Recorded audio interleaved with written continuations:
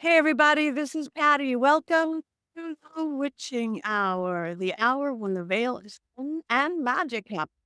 I have some magic for you all the way from Prague today. My new friend, she's a singer, a songwriter, very much into the paranormal. Brocarde. Welcome, Brocarde. Thank you so much for coming on. Thank you so much for having me. I'm very excited to be on the show. And yeah, I think this is going to be a fun one. I think it's going to be great. We actually just met several weeks ago. You were here touring the States, and you came over to my house and we did a little interview for your show. So tell us a little bit for anybody who doesn't know. You are a singer-songwriter, you are a poet, your music is beautiful. Has that always been who and what you are? Thank you for the compliment. I think ever since I've been a really small child, like I was a singer-songwriter, I was one of those people that when I was having those funny little moments as a teenager and growing up, I used songwriting as an outlet for my emotions. And it's just a massive part of who I am. Like, always been performing, I've always been on stage. I it's such a funny thing to find myself into this world and talking to people like you because I remember when I met you in LA, you were saying that when you were really tiny, you were doing seances and talking to ghosts. And in many ways, I was the opposite to that. Like, I had a paranormal encounter a few years ago, which very much changed my life. And I'm now looking back at when I was younger and all of those kind of weird things that, when you sort of thought you knew things or you kind of predicted situations, and I'm analyzing them and I'm trying to kind of make sense of everything. And I feel like I'm on this mad kind of spiritual journey. And hence why I wanted to meet someone like you when I was over in the States to hear your stories and compare and be like, oh, wow, this is interesting because sometimes you feel like the only one. And if you're talking to people who don't talk to ghosts or don't believe in ghosts, they're a bit like, oh, this is a bit weird. You're the weird. Yeah, yeah, we're the crazy person on the corner, indeed. But again, you are talking to the right market now. If anybody who's watching the show or listening to the show, they're in our family, so to speak. So, if you were the singer-songwriter, you were this creative kid, you probably had more gifts than you knew you did, because I know you really stepped into your mediumship and paranormal. How did that happen? Well, it was really, really strange. I had a very, very strong encounter, which like I was saying, when I grew up, I was very much into ghost story and that kind of thing. But I wouldn't have said that I definitely 100% experienced paranormal activity or seen a ghost until a few years ago. And it was a weird time in the world. It was a weird time in my world, but it was a weird time in everyone's world because this was during lockdowns. Everyone's life was not normal. People were spending more time at home. People were more isolated. Like the whole world was weird. Let's be honest. It was a very strange time for everyone. And I was just lying there one night, completely trying to sleep. I'd actually had an argument with one of my friends, which was keeping my brain turning. And it was textbook horror story evening. Like I was lying there, wind, rain, and I'm side-tracking by saying this, but I often find that paranormal activity is quite closely linked to weird weather. Like whenever I'd have a ghost sighting, it very much linked to very strange, odd occurrences. Like I'll walk in somewhere and this thunderstorm will come out of nowhere. Something odd will happen and then suddenly the weather will clear up. So yeah, that's a bit of a sidetrack for me, but I kind of find there is association between. There is. There is. We can, weather is magic. Magic, one causes the other. The very circle. Weird weather can cause much more paranormal activity. Paranormal activity can affect the weather. So, you know. So anyway, it was a stormy night. Yeah, it was a story night, but I digress. I divert. But yeah, it was a very stormy night, and they always say that when you experience paranormal activity, all of your senses would trigger, and it was very much like that. Like I felt like it was just this really odd burning in my chest, like really, really powerful, and this sensation, like this. It was almost like a person was moving throughout my body and I could sort of see myself from above myself. So it was like I was looking down on myself, having this really, really intense encounter. And spirit or this being or however you want to describe it, this entity was slowly passing through my body and it was like in slow motion and it reached the bottom of my toes and something like just propelled me like upright in bed. And it was dark at this point and I was scared. So my natural instinct was to reach back and try and turn the bedside light on.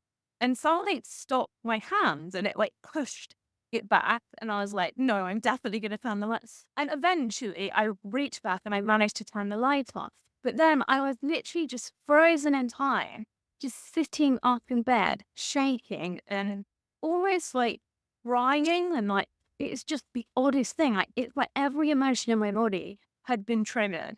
And this really, really odd. And it was strangely calm.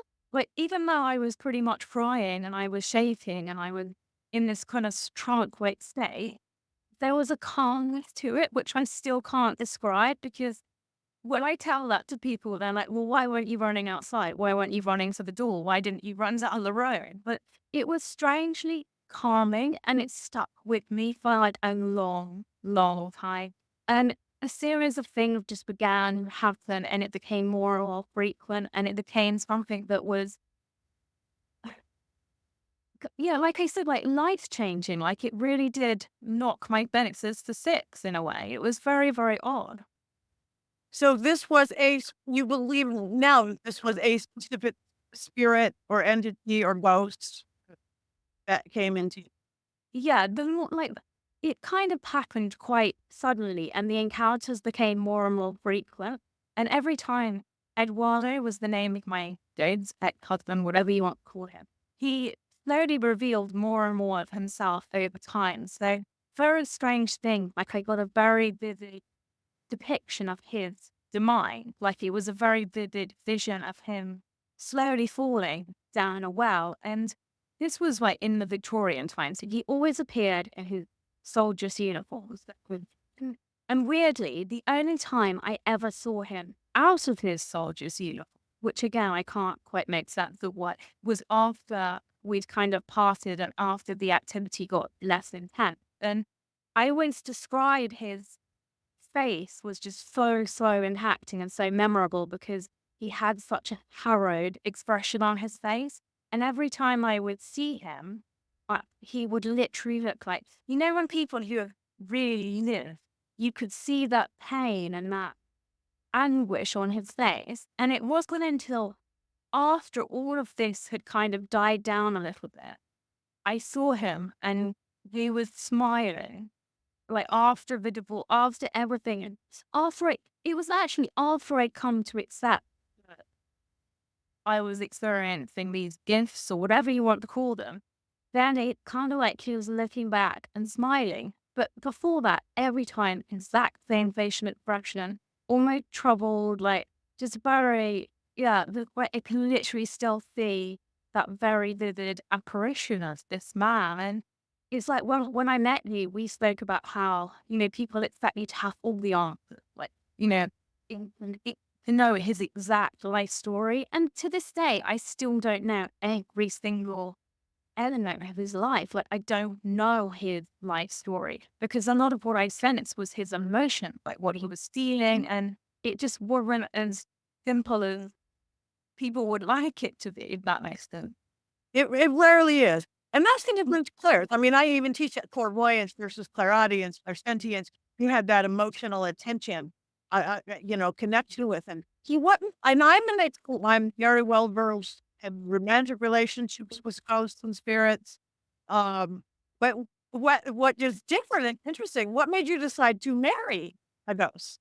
Well, I feel like this is very much like not necessarily a decision that I consciously decided, if that makes sense. Like I had a very strange encounter, which was not too dissimilar to the first time that I met him, that I woke up and I found this antique ring. And bearing in mind, there's really nowhere that this ring could have come from, unless someone was playing like an epic prank. But there's no one coming into my room in the dead of night leaving jewelry. I mean, I wish so. Yeah.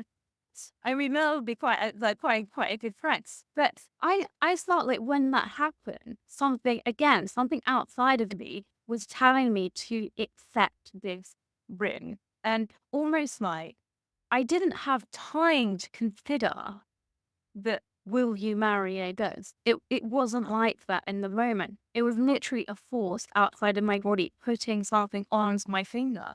And I just kind of, because I'm so curious and because I'm so open minded, I just came to the conclusion inside that this was a journey that I had to go on. And there had to be some sort of purpose or some sort of greater good, or there had to be some meaning. So I just fully embraced it. And I just like, well, looks like I'm marrying this ghost. And I was always like tearing my hair out whether what is the point of this? Because I can't necessarily have a conversation with him in the traditional way. I can piece together pieces of his story, but I can't necessarily, I can't think, why do you want to marry me? Because it's like you said, it doesn't, and I wasn't getting those kind of answers. So I just felt like it was some kind of spiritual journey that for whatever reason, at that time in my life, I had to be on. And kind of looking back at it, like, right, because obviously people want to talk about this quite a lot. And it's still a very big part of who I am. And I thought, oh, there was a time where I wanted to call it exorcist because I didn't want to see ghosts. I didn't want to speak to dead people. I just wanted to be normal, as they call it. And I went through the whole like thing, like need to get an exorcist, need to get the spirit removed from my lives. And talking to different mediums has helped me understand that this actually isn't that weird. Like people do talk to dead people. People do have relationships with dead people. There is this whole kind of world of people that can communicate with the other side. And I think that helped me to come to accept it. Like one medium said to me, like, you just have to embrace, not see ghosts as people who are trying to harm you or scare you. You have to see it as there's a purpose. You're chosen. They're choosing you. They have something to say. And as long as you can assert your boundaries and manage it, then no harm will come to you. And I'm like, okay. And I think sort of accepting that changed my experiences with spirit, because it's kind of reassuring myself that no harm could come to me. And I just had to accept this journey that I was on was a big kind of solution for me, I think. I agree wholeheartedly. And again, they do have stuff to say. I've been again talking to them since I was a kid, and it's part of the journey. And you are an artist. You are a poet. You have put this into your music, into your art. So here I see there's big pictures for it. So it's interesting when it wasn't working out. Why did you decide it wasn't working out and you had a divorce with pictures? Because somehow I just love that because I can't in all my world. I mean, it's no more weird than my world and everybody else's world in this paranormal world. But it was just like you just didn't need this. Yeah, I just felt like the one time where it's like I said, when I kind of found that ring, and I kind of felt like I was a passenger in something. And I had this quite weird moment on the day of the wedding ceremony where everyone had gone home and I was literally just sitting in that church. And then I was like, oh, this feels a bit weird. This feels a bit lonely because yes, okay, there might be a spirit with me, but then it's a human. They can't do for you. It's not like talking to a friend or talking to a boyfriend or talking to someone it's a different kind of relationship to someone who's physically present. And then I kind of realized that the purpose of this kind of whole journey isn't to stay married to a ghost forever and live a lonely life. The purpose of this is to learn and to learn more about that world and to understand this whole kind of community that I've been thrust into. So that's why I'm so excited to talk about other people, because firstly, it makes me feel slightly more normal. Yeah. But it's just fascinating to hear other people's journeys and how they come to accept this, because it's like you said, there was a time where it scared me, because in many ways, I haven't it. And I felt like I couldn't control what was happening, because you can't, I mean, I see you can't control people, but there's a sort of a never communication. Whereas I felt with the spirit, he could kind of turn up in the dead of night and things would move across the room. And that would be frightening to me at the time. And that would be like, okay, I don't know what the boundary is here. I don't know what you can do. Like there was a point where I was like, are you going to end up like murdering me so I'm dead too? It would like, can that actually happen? And it scared me at some point. That's all that I need to get an exorcist because I don't know what the spirit is capable of. And I think, yeah, that was the scary thing. And that's why, that's why I went through that whole period of wanting to get it exercised because I was concerned. Yeah. Well, that's good.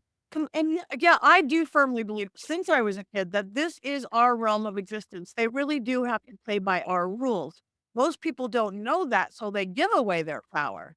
I think they could only you or scare you if you allow it. So I think what you did was great. And again, it became part of your journey because now you really are as much as your singer-songwriter and your being we'll have to check out. It's really fun. It's really different and really storytelling. And now you're full fledged in the paranormal. You just got back from a trip to the States, right? Right. What did you do here? Paranormal. Well, I mean, there was several things that I did in the USA. Like, I have to say that I've been to the USA a few times, and some of the most intense paranormal activity has occurred when I've been in the USA. And I don't know if you've ever been here, but one of the most memorable places was when I went to Nevada State Penitentiary. Because I feel like that I can't remember whether we discussed this when I met you, but the activity there was off the scale. And I love how, like in England, I think I was telling you, a lot of people when you talk about going to stories, they're kind of like, oh, what? But I saw like over there, like so many people that I met had had really strong, striking paranormal activity. Like we talked a little bit about a Cecil Hotel or Cecil Hotel, and I did not go near that place. I'm stuck to my blood. I did not, and I will not go near that place. Like there is, Good choice. Good decision. Yeah. It's spooky. It's super spooky. yeah, I did do things like I went to the Queen Mary. I kind of did because now I'm kind of in this kind of whole kind of paranormal world and Halloween kind of themed events. Like I went to the launch of Dark Harbor and things like that. But I also got to experience, and I find it funny how we've created this whole world out of that ghost stories. But as well as that, I got to see like the other side and the actual ghost stories of the Queen Mary, and I stayed in the haunted stateroom, which was interesting. Yeah, I feel like I think it, as well we touched that was a lot in our conversation. Like a lot of people will say, "Well, this is the haunted area, and this is the haunted room, and this place is haunted by X, Y, and Z." And again, on that trip, I found like the most haunted areas were not the areas that not necessarily in the haunted room. There was areas in that ship where I felt really, really uncomfortable. Wasn't the room that I was staying in. I thought that was perfectly fine. But yeah, I feel like it's interesting that you really do have to listen to what's in here and what you can generally sense and what you can generally feel. Because if you're running around looking for a ghost called Mary, then it's almost like you're kind of manipulating your own channel, but you have to kind of chuff out the noise. And there will never be times when you go to these things, you always hear the ghost stories before, and it's hard to have a completely open mind. But yeah, I think just need Yeah. to what do you feel. And if it doesn't align with all these stories, then it doesn't really matter. And I've kind of, gained more confidence in that as time has progressed. I kind of learned to understand what I'm sensing. Definitely. And I agree. And I've been to Cream there. I've stayed in that haunted stay room. And they're not afraid to go on. Say, well, I have to wait in the skate room for people to come so I get scared of them. No, the spirits move, energy moves. No, they're not going to be there because we say they're going to be there. So that's why you do want to trust that own intuition. I've done the bank on the Queen Mary, wandering around, waiting for the hotel and talking to the maids, the housekeepers, because they have the great stories and experiences. And it's not like, this is the story we tell in the haunted thing, and this was that. So, it's learning just your experience. I don't like for this stuff, for my free stuff, everything. I don't I don't know anything about the place we're going to. I don't want to know anything. I don't think, my left brain's going to be all, oh, wait, a baby died in this room. Like somebody, I don't want to know any of that. I just want to experience what I experience. Otherwise, I'm not going to be as good. I'm just not. So I love that.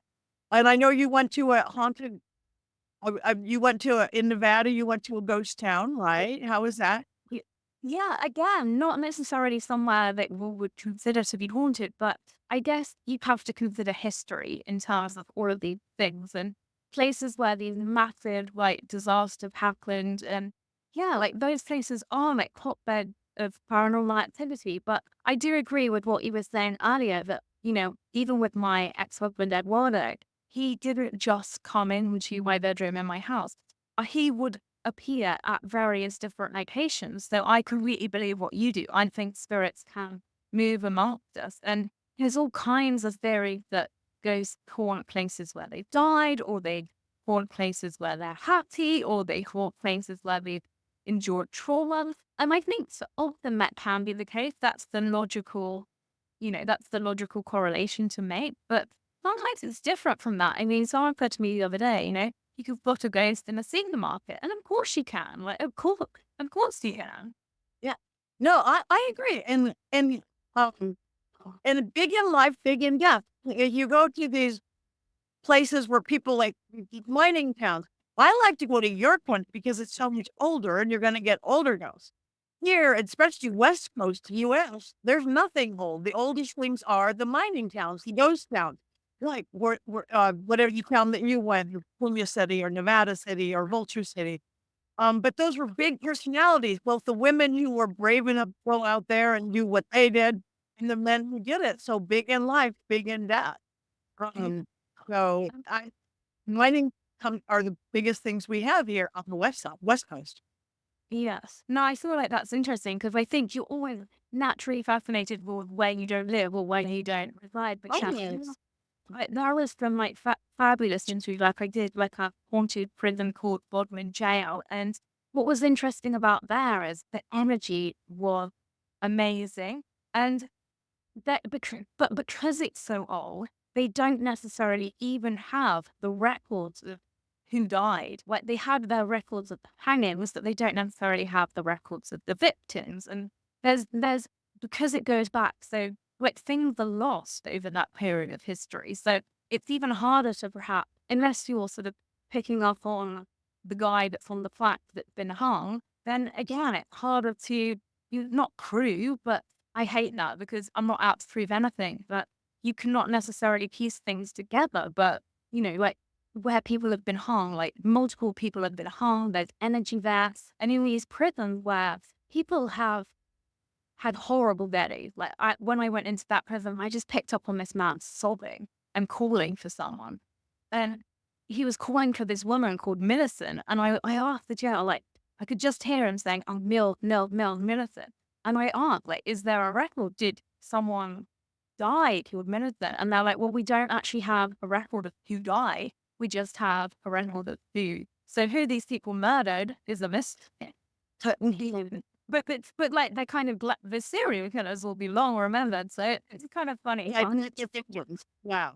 No, yeah, Nevada State Penitentiary. I went a year or so ago. I think my YouTubers, Elton and the Overnight, and it is amazing. And I do think what's hang out both places where they experienced trauma, but sometimes they're hanging out at the prison because it's the life they knew. Maybe they're not being tortured anymore. Some are, but it's just like if you spent 30 years in lockup and now you're not being, you hang where you know, whether good or bad. I think right. Some are stuck, but a lot it's like this is the life I knew, and I'm gonna hang in the yard.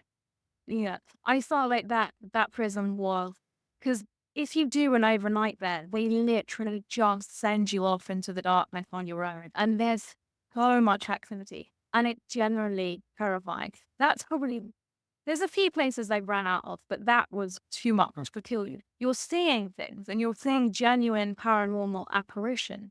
But on top of that, you've got a lot of I mean, there is animals like on the Bruce as well. So all of that thrown into the mix, and the fact that it's pitch black, it is quite terrifying. And make like there. they have a whole paranormal team over there. They're so into their paranormal research and activity, and a lot of those volunteers have family who work prison guard there, so they have some real stories of like haunted things that people have seen, their ancestors have seen, and they're talking about things like skinwalkers. And to this like British club, I'm like, oh, so now we're talking about skinwalkers. I've just thought to chance the same ghost, and now we're going like skinwalkers, these kind of walls that like crawl up the ceiling, and I'm just like, what? It's just want a regular little ghost, not a spook. Yeah. So, there's a lot of things on that other side of the veil. Not all, the guy who did this or the girl who did that. That's fabulous. Uh, so is that what was your spookiest experience? Was it that at the Nevada State Prison, or was it you dealing with Eduardo, or? I mean, I would definitely say that now it's a little bit different because now I'm just actively going into places that I know may be haunted. I'm trying to understand people's stories, like I'm trying to talk to people who work there or who've had these encounters. So now I'm prepared. I would hands down say the most scary paranormal activity I had was with Eduardo when I wasn't prepared. I wasn't expecting it, and I didn't understand it. And I think that will always be the most haunted I've ever felt, because now I'm not actively looking for it. I still don't do things like, I don't call on spirit. I mean, I don't, whether that's right or wrong, just for me, I don't think There's no right or I don't necessarily invite them, or I don't do that sort of thing where I'm doing Ouija boards and prove yourself, show yourself. I don't do all of that. But I still think the most scary and the most scared I've been is when I wasn't accepting it and I didn't understand it. So I think now I'm getting more. It's like a minute ago we were talking about I'm getting more understanding. I'm getting more used to it. If you can ever get used to talking to spirits. Yeah, that still scares me. I've not seen a skinwalker. Ghosts don't scare me so much. Demons don't scare me so much. Elementals, getting into the weird cryptids with skinwalker. Whoops.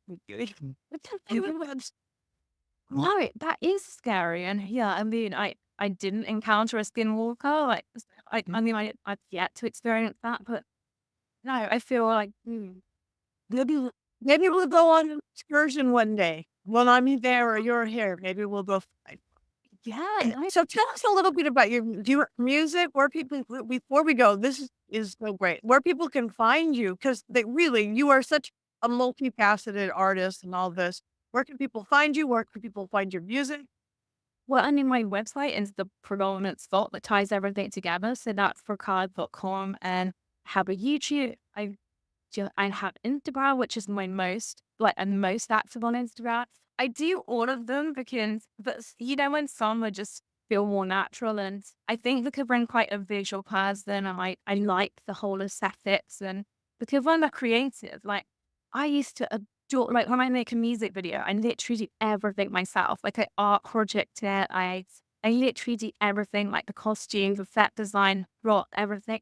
And I feel like this kind of recording and doing like ghost adventures and doing like day tours and thing, it's almost like you're making a real music video every day. So it's kind of giving me that outlet to be creative and to share my experiences with people in a very different way. And I think as well that a lot of what happened has inspired my art, because when you're a songwriter, you write about anything. Like you will write if a man in real life, or if someone, a loved one, annoys you, that will come out in a song. So a lot of what happened with Eduardo has gone into my music, because it's just how you deal with everything. You process everything by writing about it. So my song will contain a lot of my journey with Eduardo, and I'm sure in the future there'll be more level to that journey, but I feel like it's kind of interesting because you probably do get to a stage of an artist where you're like, oh, I've written about everything. And it's like, oh, no, maybe that happened. And just ghost appears and you're like, oh. So that's interesting. And then like, I have to write about this. I have to get it off my chest, because you would literally go, So I straight that's again. I talk too much. We talk far too much. But your question was, how can people find you? What? No. This is exactly what I wanted. I could go on for hours if I could. We'll just have to have you come back on. So you're gonna check her out. You're gonna fall in love with her like I did. Brocarde.com. Follow her on Instagram and all those other social medias that we all do. Check out her music about the wedding, about the divorce, about all of it. Fabulous. She's bringing your magic to the witching hour, Brocard. I hope to see you soon. Maybe we'll go explore together. I'd love that. We have to. That would be amazing. But thank you so much for having me. And thank you for letting me come around your house and sharing your story with me as well. Because everyone's on this mad journey, and it's lovely to hear your story as well. Thank you. It was an honor. So here's to new friends. Again, our opposite, light and dark and dark and light. I'm just looking at us right now. You with your dark hair and light back. I'm with my light hair and dark hair. We're so cute. Thanks.